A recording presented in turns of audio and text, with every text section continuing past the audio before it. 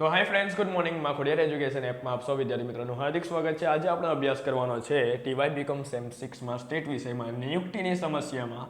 આપણે આજે પાર્ટ 7 છે, આ 7મો ભાગ ચાલે છે અને આપણે કેટલા બધા દાખલાની પ્રેક્ટિસ કરી તમે વિચાર કરો. મેં એક જેવા જો કોન્સેપ્ટ કેવો આવે, કોન્સેપ્ટ એટલે શું તમને ખબર છે? આટલો અણી જેટલો કોન્સેપ્ટ આવે, પણ એને ક્લિયર કરવા માટે આપણે 5 થી 6 દાખલા ગણી લેવા પડે. એ રીતનો એને કહેવાય કોન્સેપ્ટ, એને પ્રેક્ટિસ કહેવાય. સમજ પડી? પણ આપણે અહીંયા શું કર્યું? આપણે પેલા શ્રેણિક ઇક્વલ ટુ રેખાવાળા તો દાખલા કર્યા જ, પણ એની સાથે સાથે પહેલા બીજા દાખલો તો કદાચ મેં તમને એવો શીખવાડેલો કે મહત્તમ પરથી લઘુત્તમ કઈ રીતે શોધાય. એ તો મેં ત્યારે જ ક્લિયર કરાવી દીધું. પછી મેં તમને આની પહેલાં એવો શીખવાડી દીધો, એક મોટો દાખલો શીખવાડી દીધો કે જેમાં તમારી પ્રેક્ટિસ પણ થઈ જાય, પ્લસ એમાં તમે એવો એક નવો દાખલો શીખી લેવું કે જેમાં રેખા ઇઝ નોટ ઇક્વલ ટુ શ્રેણિક આવે ત્યારે પણ શું આવે એ. પણ આજે આપણે બીજો દાખલો જોઈએ. જો આમાં શું કરવાનું છે, નીચેનો ખર્ચ શ્રેણિક એટલે કે નીચે આ જે ખર્ચ શ્રેણિક આપેલો છે એ કુલ ખર્ચ ન્યૂનતમ થાય તે રીતે કાર્યની નિયુક્તિ કરો. જો મેં તમને કહું છું ને એ પ્રમાણે જ બધું આવે છે, અંદર કંઈ નવું નથી આવતું. જો કુલ ખર્ચ ન્યૂનતમ થાય એટલે તમારે સમજી જવાનું કે આ કયું છે. હા, લઘુત્તમ કોષ્ટક છે, આ ન્યૂનતમ કોષ્ટક છે, બરાબર છે. હવે તમે રકમ છે ને ધ્યાનથી જુઓ, ધ્યાનથી. હવે તમે આના પરથી છે ને હાર કોષ્ટક બનાવો ને, હાર કોષ્ટક, તો પણ બેઠું આવું જ બનશે. જો કઈ રીતે ખબર? જો તમે હું જો ખબર કે ભાઈ અમારી જો નાનામાં નાનો આંકડો કયો? 0. પાછું એમારી પાસે બધું બાદ કર્યું તો એ જ આવવાનું છે ને. 3 માંથી 0 બાદ કર્યો 3, 13 માંથી 0 13, બધું એ જ આવશે.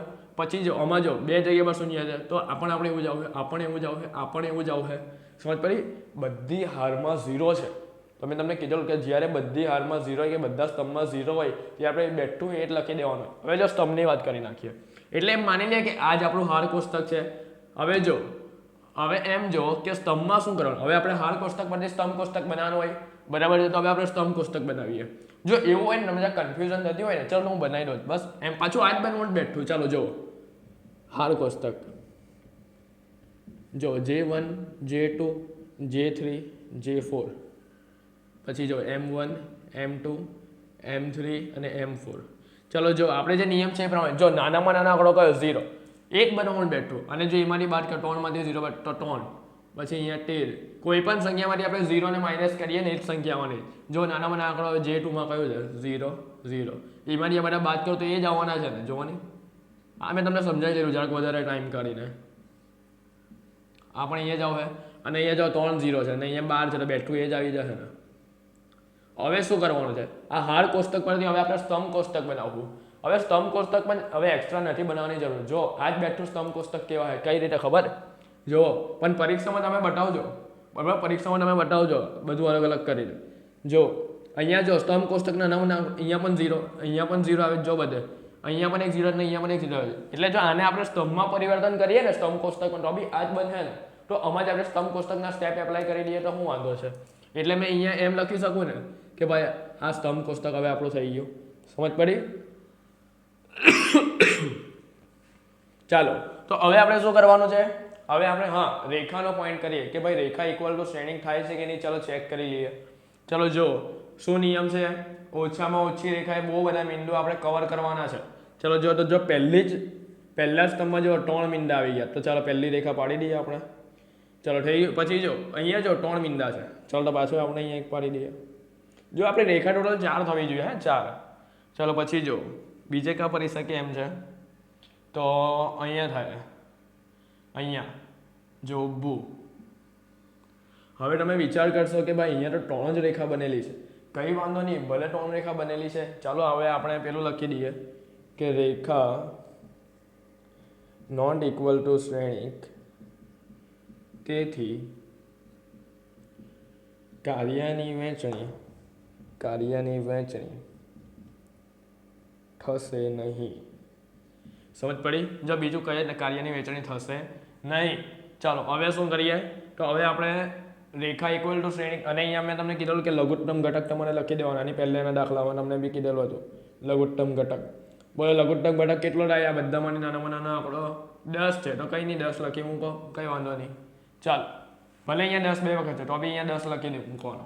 ચાલો હવે આપણે અહીંયા સાઈડ કરીએ. જો આ સાઈડ હવે આપણે નવું શ્રેણિક બનાવવાનું આખું. પાછું લખી દઉં J1 J2 J3 J4 M1 M2 M3 અને M4.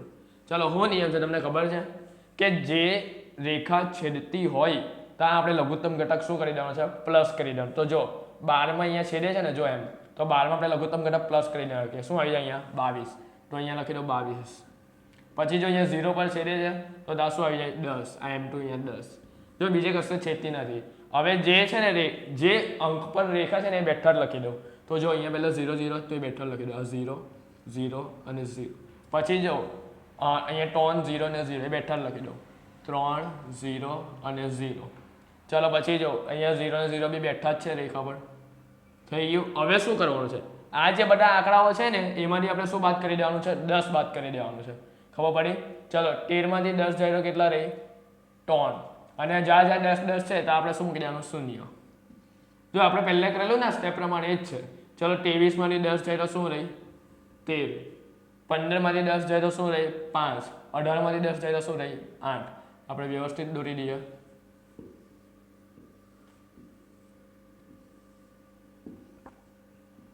થઈ ગયું જો અમને એવું એને થોડું પણ નહીં ખબર પડતી હોય ને તરત મને કોલ કરજો બરાબર એવું નહીં માનતા કે એપ છે પતી જાય બધું આપણે એવું કોઈ આલટુ ફાલતુ નહીં બનાવીએ આપણે વ્યવસ્થિત બનાવીએ તમને જ્યાં સુધી સમજ નહીં પડે ત્યાં સુધી મારા મનમાં સંતોષ નહીં થાય કે ભાઈ મેં બરાબર નથી સમજાવ્યું એવું મને થાય એટલે તરત મને કહી દેજો ચાલો હવે જો હવે આપણે શું કરવાનું હવે આમાં આપણે એવો પ્રયાસ કરવાનો કે ભાઈ આપણી રેખા 4 પડવી જોઈએ કેમ ખબર કારણ કે જો આપણો 4/4 છે એટલે રેખા ઇક્વલ ટુ શ્રેણિક થવો જોઈએ ચાલો તો હવે આપણે પાછું કરીએ જો અહીંયા એક રેખા પહેલા આપણે દોરી દઈએ બરાબર એક રેખા પછી જો બીજી રેખા કા દોરાય તો જો અહીંયા આ બીજી રેખા અહીંયા દોરાઈ જશે આપણી અહીંયા 2 બિંદુ છે પછી જો હવે ત્રીજી મેં એમ પણ દોરી શકું કાં તો ઊભી પણ દોરી શકું જેમ દોરવી હોય તેમ તો જો આડી દોરો તો 3 બિંદુ આવી જાય અંદર તો જો આવી ગયું હવે જો ચોથી મેં છે ને એમ દોરી શકું ને જો સાંભળજો હવે ભૂલ નહીં કરતા હવે અમુક સ્ટુડન્ટ શું કરશે ખબર આમ પણ દોરી દેશે ને આમ પણ દોરી દેશે તો આટલી બધી નહીં દોરવાની હોય જો અહીંયા આ એક આડી રેખા દોરી દઈએ ને તો આપણા બંને ત્રણે આ બધા બિંદુ કવર થઈ જાય તો આપણે એક આડી રેખા નહીં દોરી દઈએ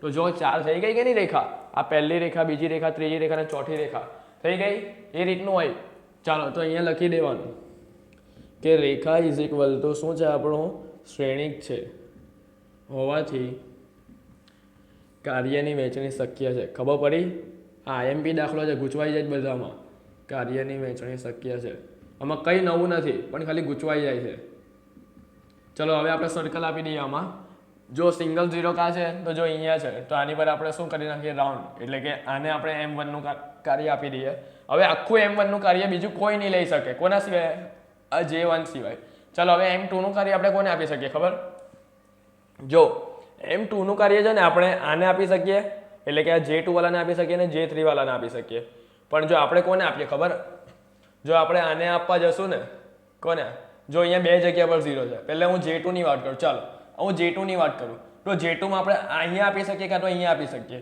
બરાબર j3 માં પણ જો અહીંયા છે ને અહીંયા છે આ બે જગ્યા પર છે તો કંઈ નહીં એકને તમે આ આપી દો અને એકને આ આપી દો તો બી ચાલે અથવા તો તમે આ m3 ને આપી દો અને આને આપી દો તો પણ ચાલે બરાબર અને j4 ને આપી દો ખાલી એટલું કોન્સેપ્ટ યાદ રાખવાનું કે એક કાર્ય એક જ કર્મચારી કરે બસ જો થઈ ગયો ક્રોસ સમજ પડી બહુ ઇઝી છે ચલો હવે તમારે શું કરવાનું છે અહીંયા હેડિંગ આપવાનું કાર્યની વહેંચણી